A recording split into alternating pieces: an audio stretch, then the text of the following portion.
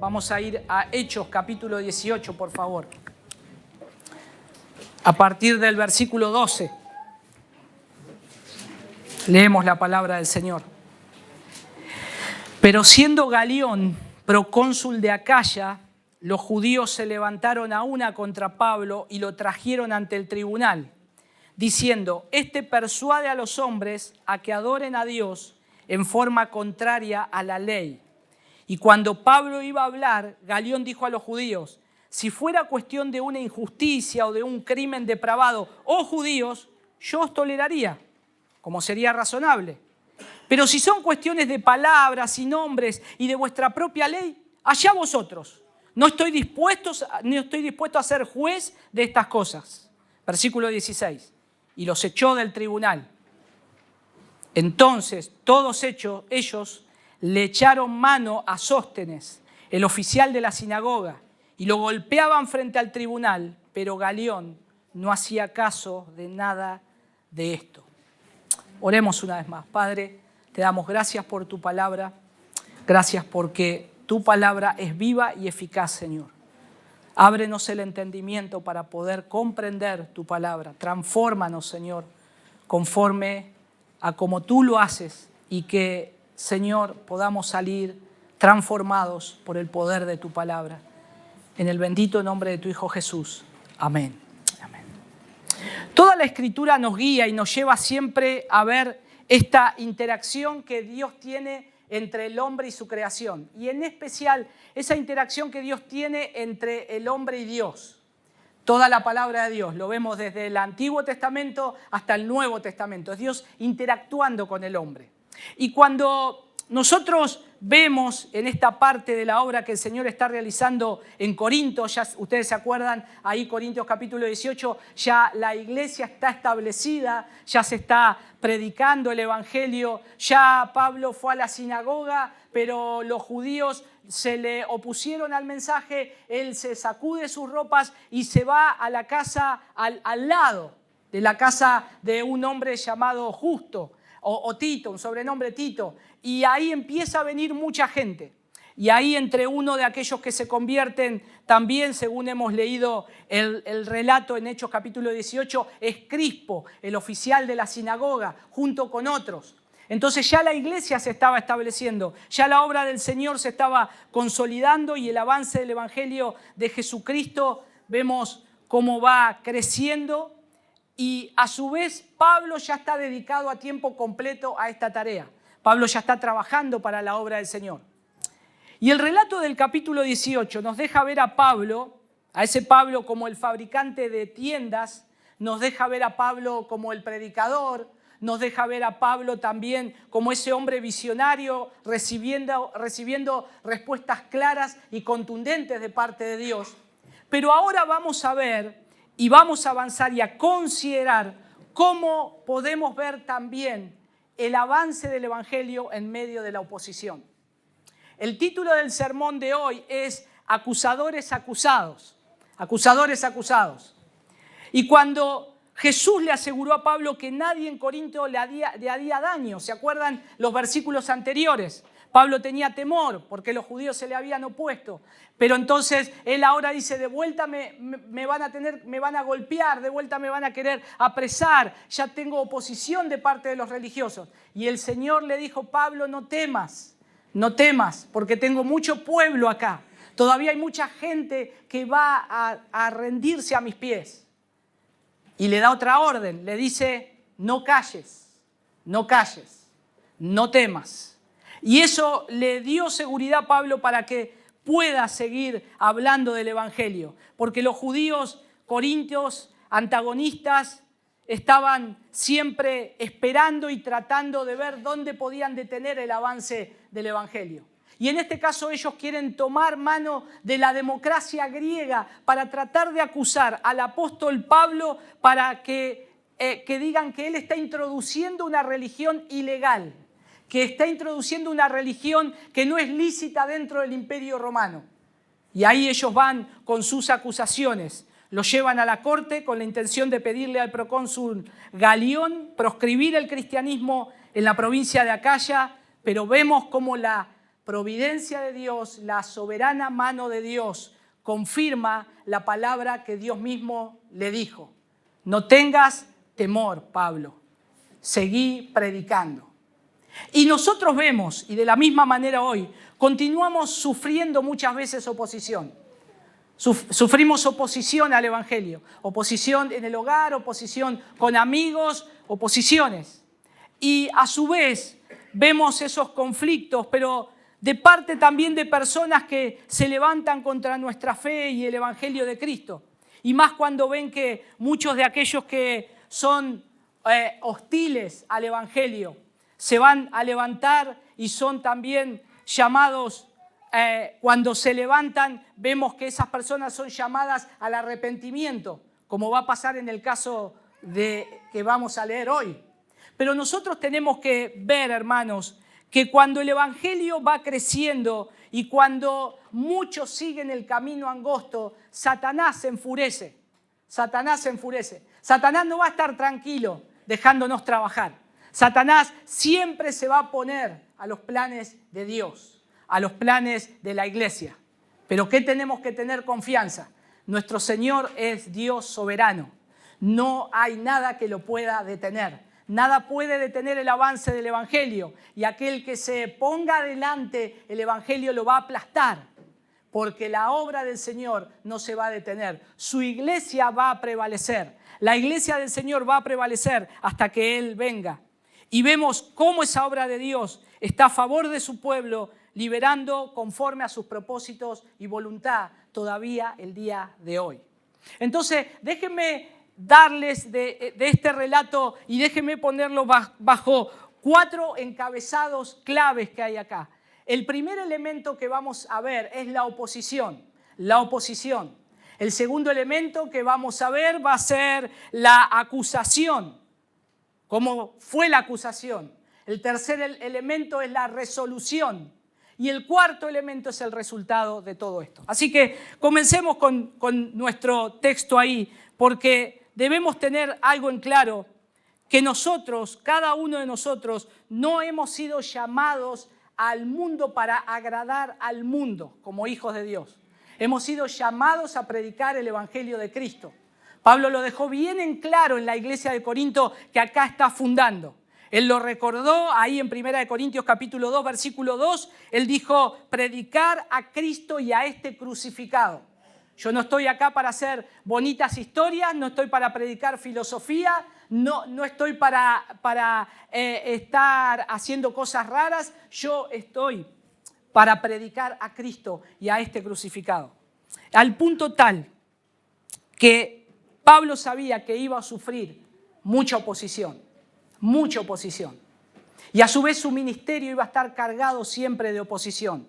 Él sabía que donde iba le podían esperar azotes, cárceles, hostilidades. Sin embargo, él seguía predicando. Él seguía predicando. Y miremos ahí el primer versículo que tenemos, el versículo 12. En primer lugar, vemos que los judíos que odiaban el Evangelio de Cristo regresan ya con una fuerte acusación delante de un hombre llamado Galión, procónsul de Acaya. Acuérdense que estamos en el año 51, 52 después de Cristo. Pero, ¿quién es este hombre Galión, procónsul de Acaya o un tipo gobernador de Acaya? Bueno, Galión era un muy amigo de Claudio, el emperador romano. ¿Se acuerdan Claudio que había echado a los judíos de Roma por un disturbio que hubo? Y ahí es donde Priscila y Aquila llegan ahí a Corinto, donde se encuentran con Pablo. Bueno, ese Claudio, el emperador, era muy amigo de este gobernador, de este procónsul, gobernador Galión. Y posiblemente por esa amistad, por eso que había, es como ahora, ¿no? Se nombra un cargo. Y entonces lo manda a una provincia que quiere establecer ya sus bases y sus bases económicas, y era un buen lugar Corinto para tener a un hombre confiable. Y lo manda a Galión. Este hombre, Galión, más o menos desde que arranca la iglesia en Corinto, él ya tiene su cargo ahí. Es de notar que Galión también era el hermano de Séneca, un filósofo, escritor romano muy conocido de esa época. Entonces era un hombre que la gente conocía. Y aparte no solamente que la gente conocía, Galión dicen que era una persona muy amable, muy afable. Era el típico político que está para todos, se ríen, y palmadas y todo, y más en tiempo de elecciones. Ese era Galión. La gente, luego de que él está en el cargo, inclusive se le podía acercar para pedirles cosas. Era un hombre muy que se les podía hablar y acercar, y había hecho una gran carrera política también, dicen los historiadores, porque era muy inteligente. No solamente una personalidad agradable, sino que era muy inteligente. Y entonces, y al ser este procónsul muy accesible, de esta personalidad, los judíos corintios que se oponían a Pablo dijeron, bueno, vamos a llegarnos porque nos va a escuchar. Y seguro que los iba a escuchar. Era un hombre muy dado, muy agradable de personalidad, escuchaba a todo el mundo.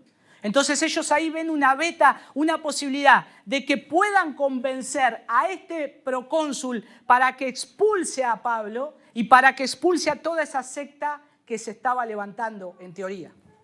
Entonces ahí están los judíos, dice versículo 12, los judíos se levantaron a una contra Pablo y lo trajeron ante el tribunal. Noten que dice, se levantaron contra Pablo. No es que lo tomaron a la fuerza, sino que lo acercan, lo trajeron hasta el tribunal. Le invitan a comparecer ante el tribunal. Lo que ahí la palabra de Dios, y fíjense que ya nuestros hermanos están predicando el Evangelio, ya ellos están reunidos, y ahora estos hombres lo toman a Pablo por ser la cabecilla del grupo que está predicando la palabra junto con Priscila y Aquila, y dice que se levantaron contra Pablo y lo llevaron delante del procónsul.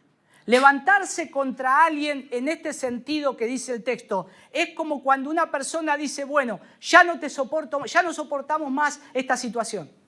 Estaban tramando, estaban entre ellos, estaban tramando y charlando.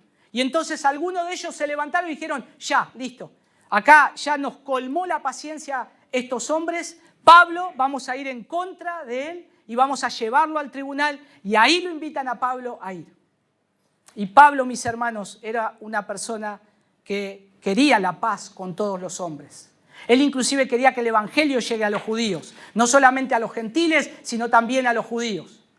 Pero entonces, imagínense, el Señor le había dicho, Pablo, no tengas temor porque tengo mucho pueblo, seguí predicando. Y ahora se levantan estos hombres y lo llevan delante del tribunal. ¿Qué habrá pensado Pablo? ¿Qué habrá dicho Pablo?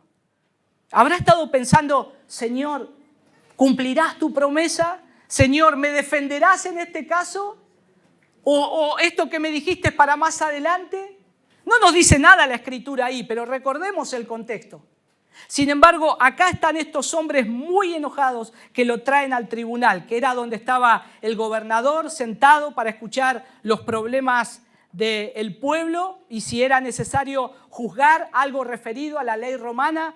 El procónsul se sentaba en un estrado cerca de la plaza pública donde la gente pasaba, era el lugar donde convergía toda la gente a ese lugar. Y entonces era un lugar muy populoso. Y él se sentaba ahí y dejaba que el pueblo venga para a ver si había algunos asuntos que tratar y solucionar por la ley romana. Y ahí estaba Galión, junto con otra comitiva que juzgaban todos los casos. Y ahí llegan los judíos con este tema. Y estos hombres lo traen a propósito delante de este nuevo gobernador. Hermanos, es de aclarar que el mandato del gobernador en estos casos, en las provincias romanas, era solamente de un año. De un año. O sea, en un año vos tenés que hacer todo lo mejor posible. En un año tenés que tratar de quedar bien con la gente. Entonces, él era imperiosamente importante que todas las cosas que juzgara Galión lo haga de una buena manera y que sobre todo mantenga la paz de Roma, que era lo que se estaba tratando y de lo que se había llegado. Ahora, ahí está los judíos, está el gobernador y no olviden que esta es la segunda vez que Pablo está ante un gobernador. La primera vez fue en Hechos capítulo 13, cuando ellos comienzan su primer viaje misionero.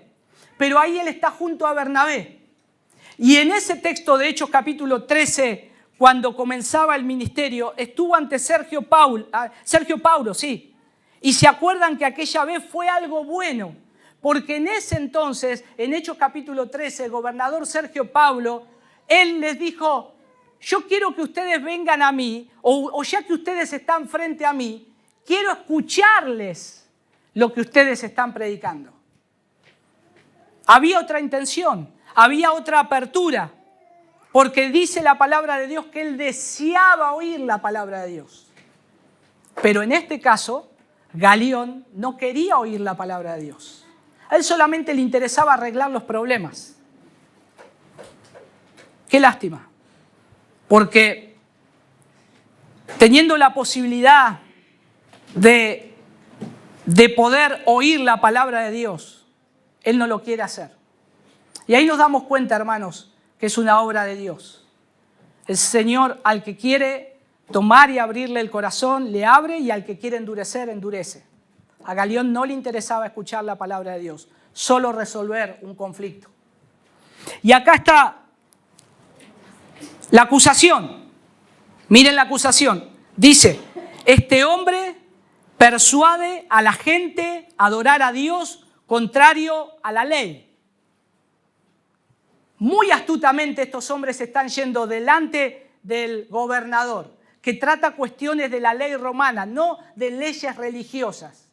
Y entonces ahí le están tirando este problema, y la brevedad de los cargos deja el sentido del término ley abierto a interpretación. Porque ¿a qué ley se refiere? ¿A la ley romana o a la ley judía? ¿A la ley de Roma o a la ley de algo religioso que es entre ellos? Pero ahí el texto dice que ellos vinieron y le dijeron esto: este hombre persuade a la gente a adorar contrario a la ley. Bueno, si ellos se jugaron con esto, y si los cargos de la ley era referido a la ley religiosa, estaban en problemas, porque a Galión no le interesaba y los iba a echar, porque no era jurisdicción de él. Arréglensela entre ustedes, como religiosos, lo que tienen entre ustedes, arréglenlo. Sin embargo, ellos lo tiraron ahí, pero posiblemente podía ser algo de la ley romana. ¿Por qué? Porque la religión judía dentro del imperio estaba dentro de las religiones lícitas que había en Roma. La religión judía se podía dar libremente, no había nadie que te impida ir a la sinagoga, no había nadie que te impida predicar la palabra de Dios, así como otras religiones. Sin embargo, dentro de la ley romana se les permitía hacer, a los judíos también se les permitía ser prosélitos, gente que no sea judía, pero no entre los ciudadanos romanos. Entre los ciudadanos romanos no. Pero ahora estos hombres lo traen acá bajo las autoridades, y entonces el tema era que podían adorar todo lo que querían en libertad, pero ustedes no generen acciones revolucionarias, porque ahí vamos a tener problemas.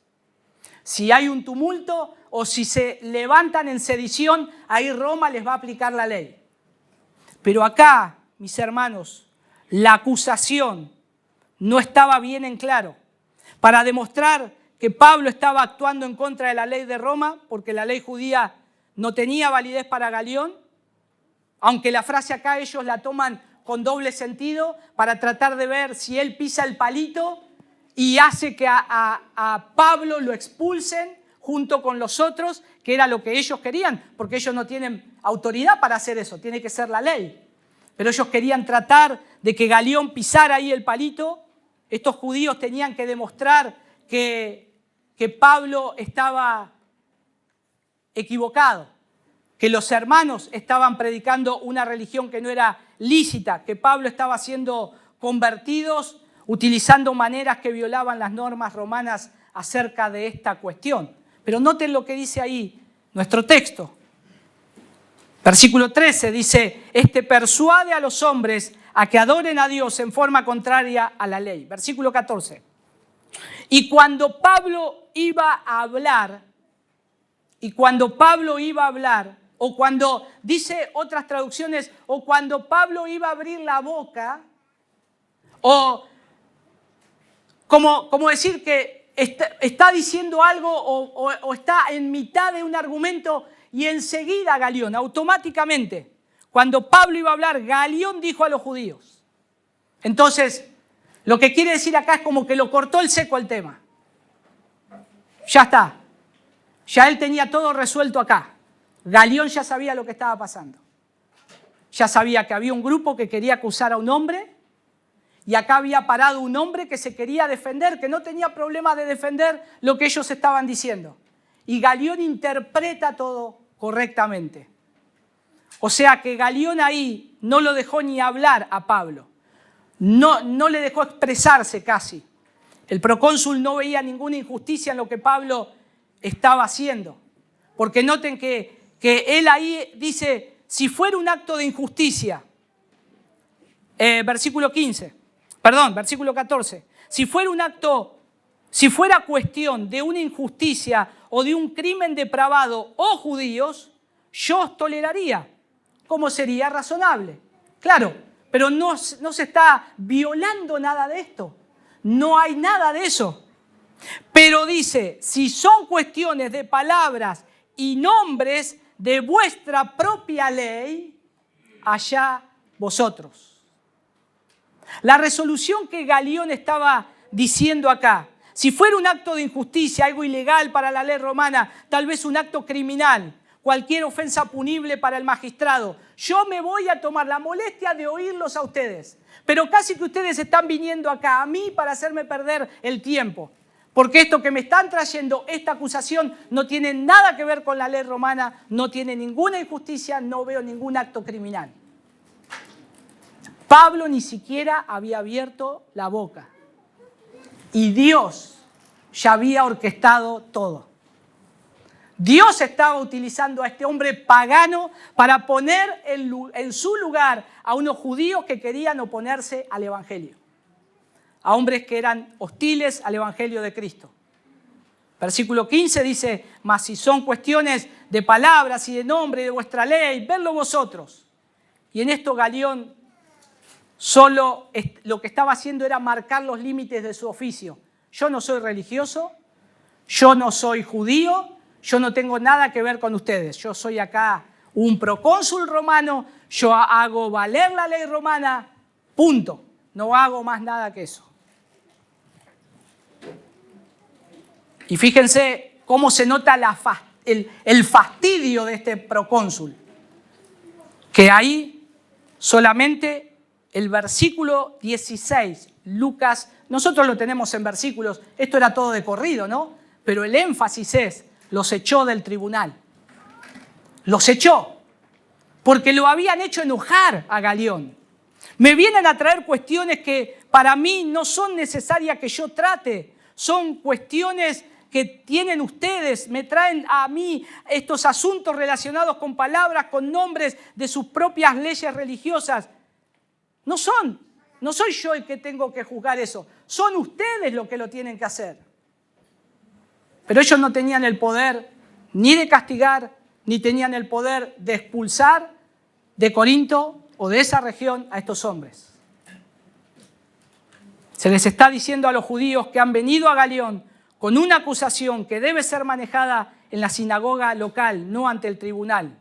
Noten que cuando dice de palabras, ahí la palabra en singular de habla, no de acto de acción, es algo que son cuestiones. Si creen que Cristo es el Mesías o no. Ustedes dicen que no, y Pablo predica a Cristo como el Mesías. Son cuestiones de palabras, a mí no me interesa eso. A mí no me interesa. Los judíos, ya lo sabía Galión, altercaba acerca de palabras y de nombres, siempre. Galión, como les dije, era un hombre muy inteligente, y ellos casi que quisieron ofender la inteligencia de este procónsul. Y él ya sabía que eran cuestiones de palabras. Él ya sabía que eran cuestiones de la propia ley. Y literalmente los expulsa, los saca. Galión no se dejó atrapar en el lazo que le habían tendido. Lo que ellos habían dicho tenía que ver con la ley judía, no de la ley romana en absoluto. En absoluto. Y ahí estaba Pablo, todavía sin decir un argumento, todavía sin decir palabra. Es que no era necesario. El Señor lo estaba defendiendo solo. Y ahora, el procónsul concluyó diciéndoles que él no sería parte de esas riñas religiosas. No es posible medir el tono de Galión, pero él dice ahí como que no quiero ser juez de estas cosas. Véanlo ustedes, eso les dijo. Como nosotros decimos, le pasó la pelota a ellos. Esto para mí no tiene nada que ver. Y miren ahí el resultado. Bueno, los echó del tribunal. Pero miren versículo 17. Concluye el momento ese con este comentario. Entonces, todos ellos le echaron mano a Sóstenes, el oficial de la sinagoga. ¿Quién es Sóstenes? Aparece de golpe ahí y lo miran para pegarle. Bueno, mis hermanos, ¿se acuerdan de Crispo en los versos anteriores, verso 8?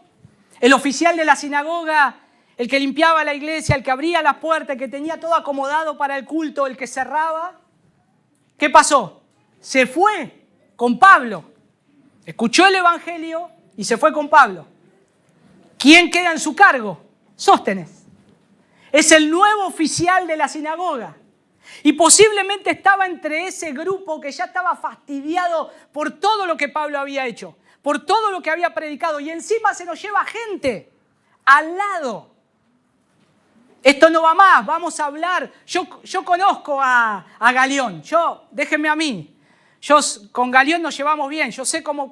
Y los convence a un grupo de judíos para que vayan a Galión. Y por eso lo miran a él.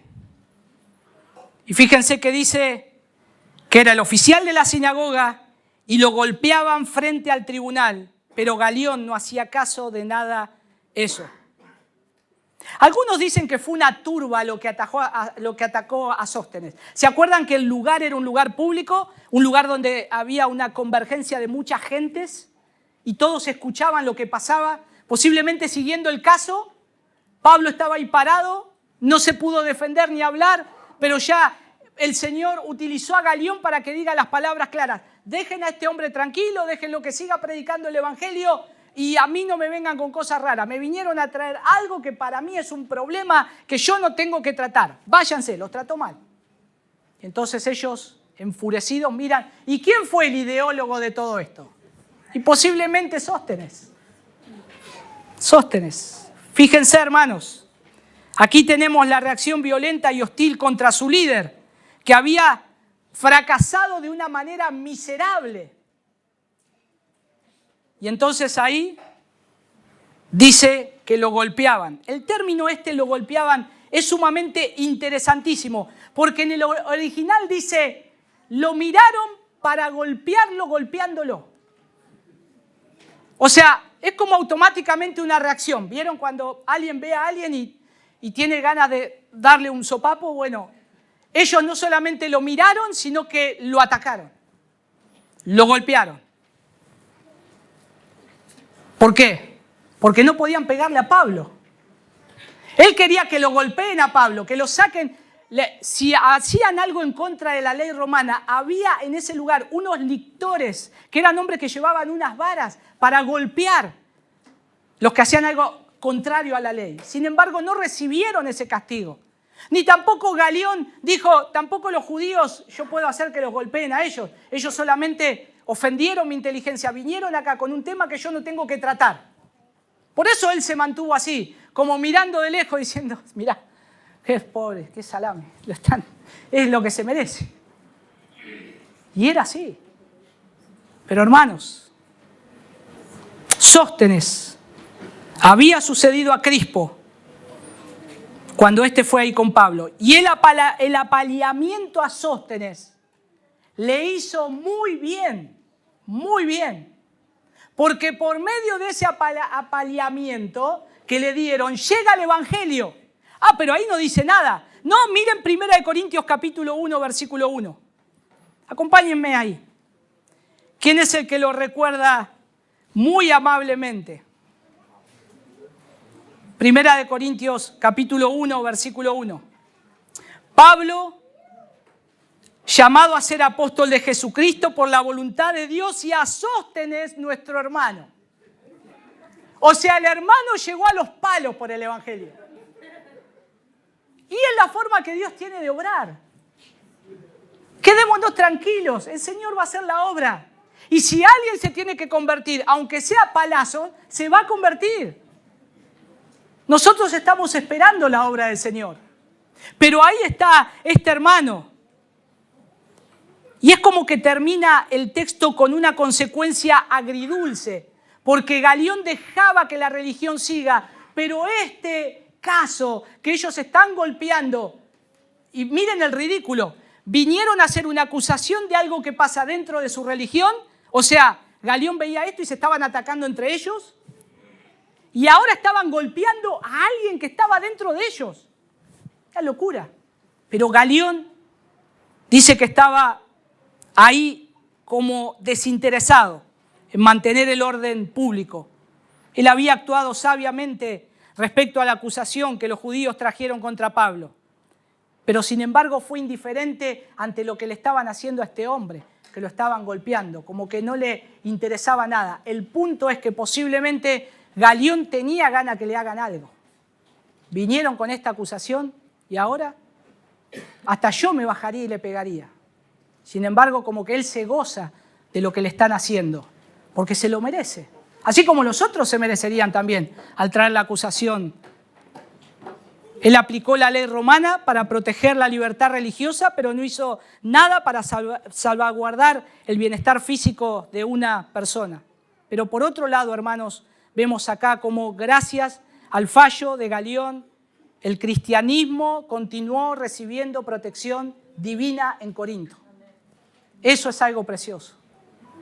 Ya la ley, imagínense, canilla libre para predicar el Evangelio en todos lados. Estás amparado bajo la ley romana. Nosotros a veces nos preocupamos por ciertas cosas, ¿no? Acá vivimos en un país que nos da libertad religiosa.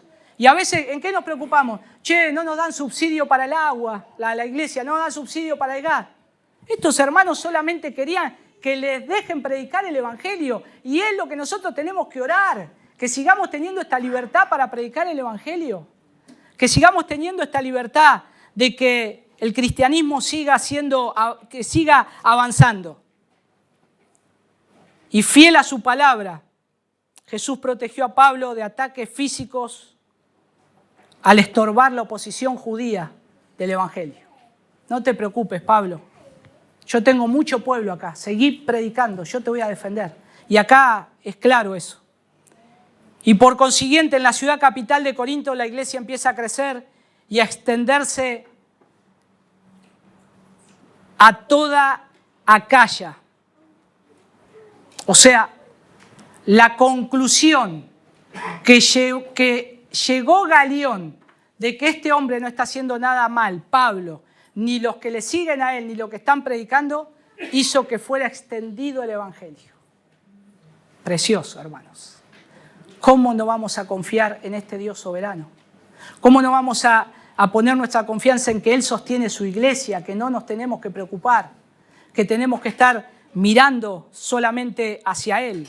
Y déjenme concluir, porque acá yo veo cómo el Señor orquesta todo, y orquesta todo de una manera que me sorprende, porque tranquilamente Pablo podría estar atemorizado de que vienen y me vienen a acusar, y ahora él se encuentra viendo cómo un gobernador le da la autoridad para que siga predicando y cómo ese hombre referente, el cual lo estaba acusando a él, que Pablo sabía quién era Sóstenes y sabía las acusaciones, ahora lo iba a tener entre las filas como un hermano que él empezó a amar tanto en la iglesia de Corinto que nos queda su nombre registrado en la primera carta a los Corintios, firmándolo él, diciendo: saluda a Sóstenes, mi hermano.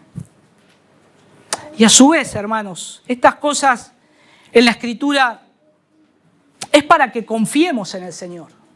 Es para que no tengamos temor, que confiemos en el Señor. Esto está puesto acá para que veamos el paso a paso de cómo Dios orquesta y gobierna todas las cosas. No tengamos temor. Aún acá nos está diciendo, cuando se levanten los adversarios, cuando inclusive estés frente a alguien que tiene que tomar una determinación, que es un impío total, no tengas temor, yo gobierno todo. Yo estoy bajo el control. Yo estoy bajo mi obra sobre mi iglesia. Y como vemos también, cómo el Señor puede salvar aún a aquellos que se oponen y los puede salvar por medio de los palazos, por medio de los golpes, como salvó a Sóstenes.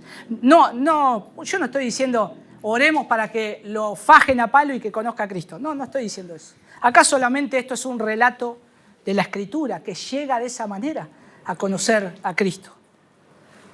Pero lo que vemos es que el Evangelio de la gracia del Señor es también para nuestros enemigos. El Evangelio de la gracia del Señor es para aquellos que se nos oponen, para aquellos que son contrarios a nosotros. Para ellos también predicamos el Evangelio de la gracia del Señor. Y el Evangelio de la gracia del Señor es para todo aquel que cree, que se quiera acercar a Cristo en arrepentimiento y fe. Como puede haber alguien de acá, en este lugar, y oramos siempre por personas para que puedan acercarse a Cristo. Acérquense a Cristo en arrepentimiento y fe. No quiero que sea por medio de los palos, sino que sea el Señor, escuchan la voz y puedan acercarse a Él. Y mis amados hermanos, sigamos confiando en la obra del Señor. Él está al control de todo. Oremos. Señor, te damos muchas gracias por tu palabra.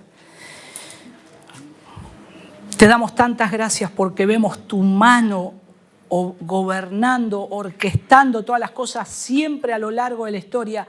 Y nosotros nos sorprendemos, Señor. No sabemos lo que estás haciendo ahora. Solamente vemos lo que nuestros ojos pueden ver.